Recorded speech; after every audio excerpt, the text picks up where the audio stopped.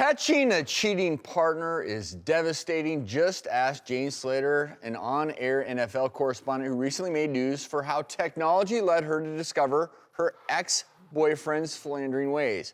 How? Well, she tweeted, "An ex-boyfriend once got me a Fitbit for Christmas.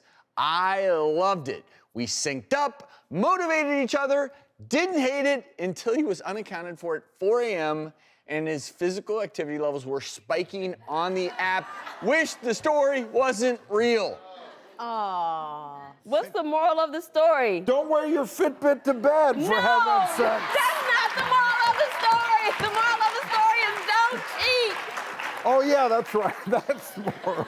But I was reading on Twitter, I think it was his birthday, and she was like at home with some balloons waiting for him. I know, isn't that so sad?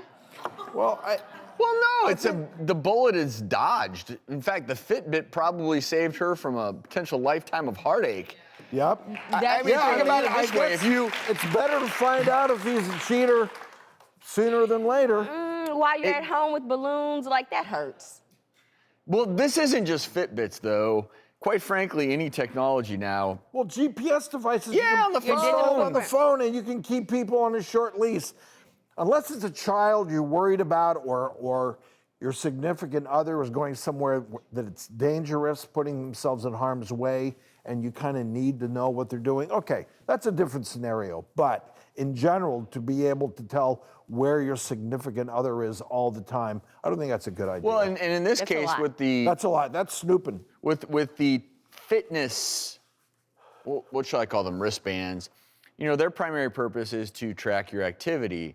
With the newer generation watches, it's not just tracking your fitness, it's tracking everything you're doing.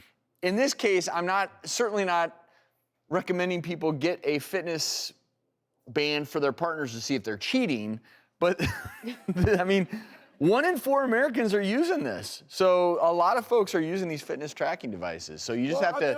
I guess for some people it's a good idea to see how many calories you're burning, how active. Oh, I was less active. I got to pick it up. Oh, I got to catch a workout. I mean, if that's your personality, if you want a gentle reminder to know. A little nudge. But a little nudge. But you know what I think about when you're talking about couples and say you have 2 people and they're saying, oh, let's motivate each other, and you have these Fitbits and they're actually in a committed relationship. But then you look at your partner, you know, a lot of women fake orgasms, which they shouldn't. But the guy looks at his partner's Fitbit and he's like, oh, we had sex at 9 p.m. last night. I wonder how good I did. And he looks and he's like, oh, her heart rate actually went down to 52.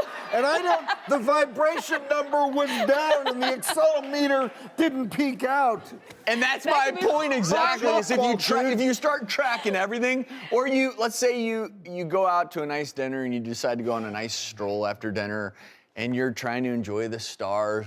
But if you're overly obsessed with, we have to walk faster. I think, look, I love fitness tracking devices. Just obviously don't make it your end all be all. And if your partner's heart rate is spiking at 4 a.m., there's a chance that they just woke up early to go for a run. Yes. There's a chance. That can happen too. I work out that time. But you know your partner too. If your partner doesn't work up, and then that's a prolonged period of time. Look, guys, if your partner's heart rate spikes for about 3 minutes, and you know, like from beginning to end, that's their 3 minutes. You're on vacation somewhere. You're out till. That is not exercise. And it is, but also a different kind. It's exercise, just not with you. Yeah.